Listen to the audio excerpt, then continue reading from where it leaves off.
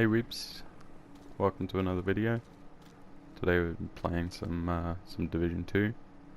I'll be showing you a very easy e-credit farm. As you can see down there, my e-credit's 27,338, 64 items. I'm probably going to do this for about 10 minutes, and then I'm going to do the math to find out how much I made per hour, so I can tell you guys. Obviously it would be in the title, so you'd know before I do. Well, you know what I mean. So it's very simple. All you need to do, you need to be in a dark zone.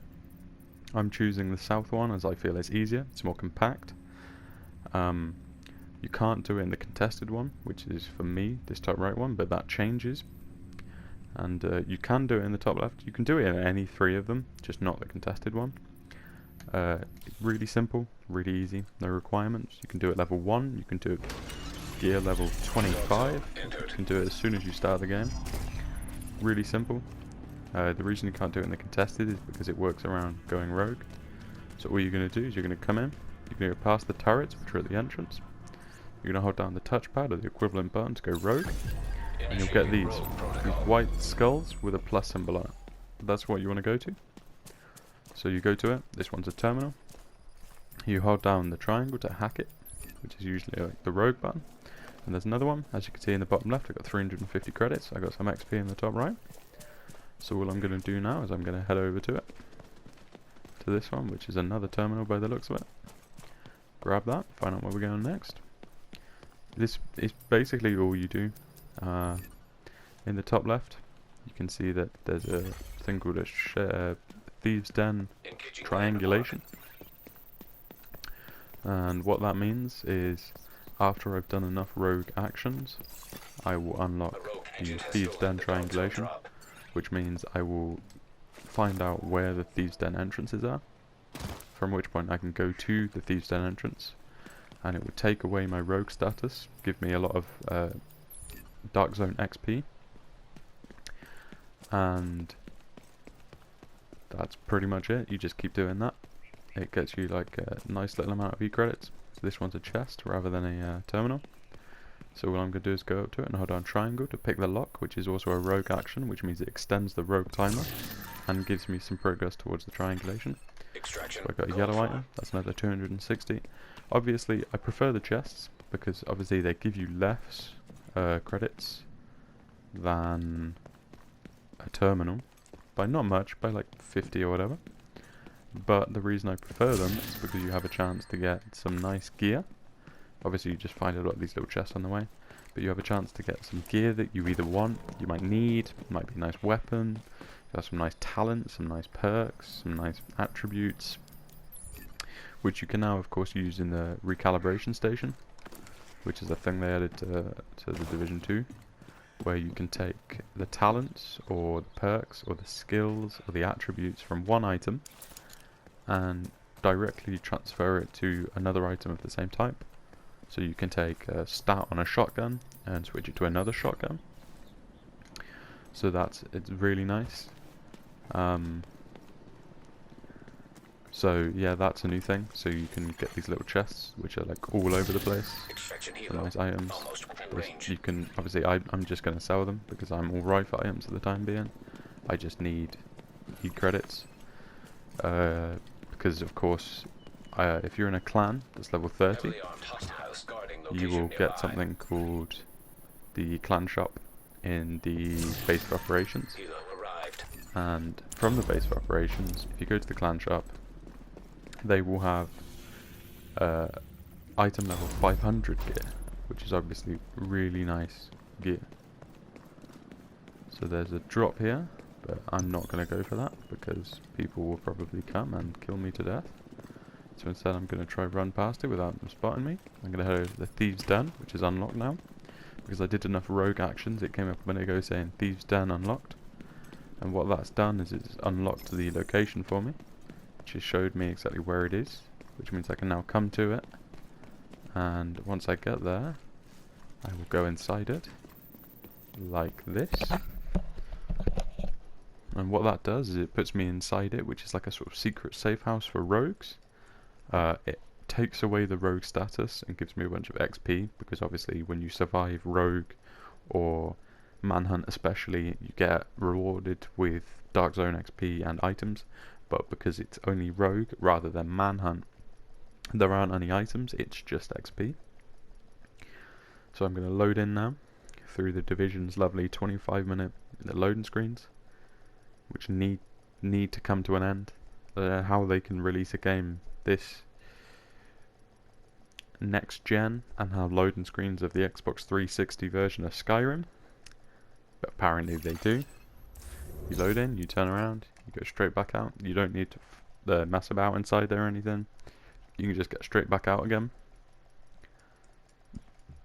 Do another run, which consists of going out, going rogue, doing terminals, looting chests, getting items, getting credits. Obviously you can do this as long as you want, but I'm just going to do it for another 5 minutes, so that I've done it for 10 minutes, so I can then easily find out how much you get an hour by just taking the sum of how much I've earned through flat credits and the items I've collected. I'll sell those and add those to the amount of credits I've earned, times that by 6 to get it per hour, and then I'll put that in the title. So for you it'd already be there. So I'm just going straight into Dark Zone. So the item's straight there. I think this one's probably a chest. Yeah, it's a chest. So I'm just going to grab this. By picking the lock, rogue action. The triangulation goes up slowly. This isn't contaminated gear, so I can choose at the end whether I want to extract this after I've unrogued myself, or whether I just want to dump it, which I might do just to save time. Unless I get maybe 2 more pieces, which by now I'll go through the effort of extracting.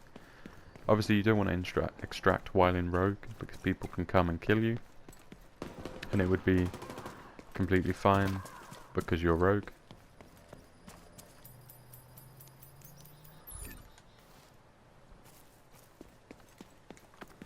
So yeah, I like the South Dark Zone because they're just constant.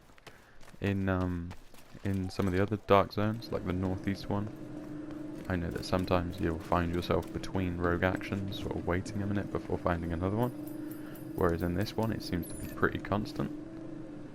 There's just one after the other. I mean, look how close they are. It's a chest. Pick that lock. Hopefully it's not contaminated. Nice. Another 400 E-credits just for that one item that I got from that.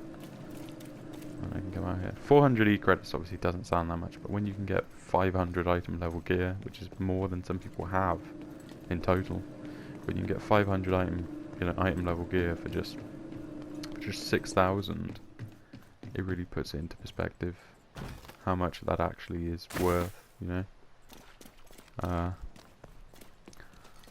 So I'm 85% Thieves' Den triangulation, so I'm just going to do this, head back to the Thieves' Den, well, do this one and then one more. Going to head back to the Thieves' Den. No, there was a DZ drop just here, and it was just claimed by an agent. So I'm going to be very careful, because there's someone around here. Dark Zone drop has expired. I'm just going to try and sprint past wherever they could be. And the rifle I'm holding, if you've noticed, is the Diamondback exotic rifle. I'm just going to post a video in a minute explaining how you can get it. You've only got a day left to get it before the exotic item changes. Of course, with the expedition. I'll explain that in the next video I'm going to make. So if you do want to see that and find out how I got this lovely rifle, that is a rifle with a scope and a snake all over it, curled around it and sort of fanged at the ready at the end. It's a really nice rifle, quite accurate.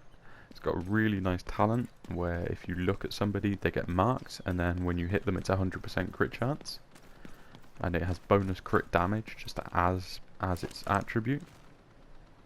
So obviously if you just build crit damage you can do insane amounts of damage, and probably, I mean, I can one hit red enemies with it, and I could probably 2 hit purples. Yellows takes a couple more for obvious reasons. But if you got some crit damage sort of build, you could probably very easily one hit a purple without a doubt. So yeah, that's pretty much it. I'm gonna do it for another Oh, that's it actually. It's been 10 minutes. So I'm going to find out how much I made. The contaminated item, I'm going to decide not to. So obviously you could, and that would be an extra 400 if you decided to extract it, but I'm going to decide not to extract it. I'm going to do the math, I'm going to put the math in the description, and I'm going to obviously put the title as the e-credits per hour. So thanks for watching, hope you enjoyed, and see you later, weebs.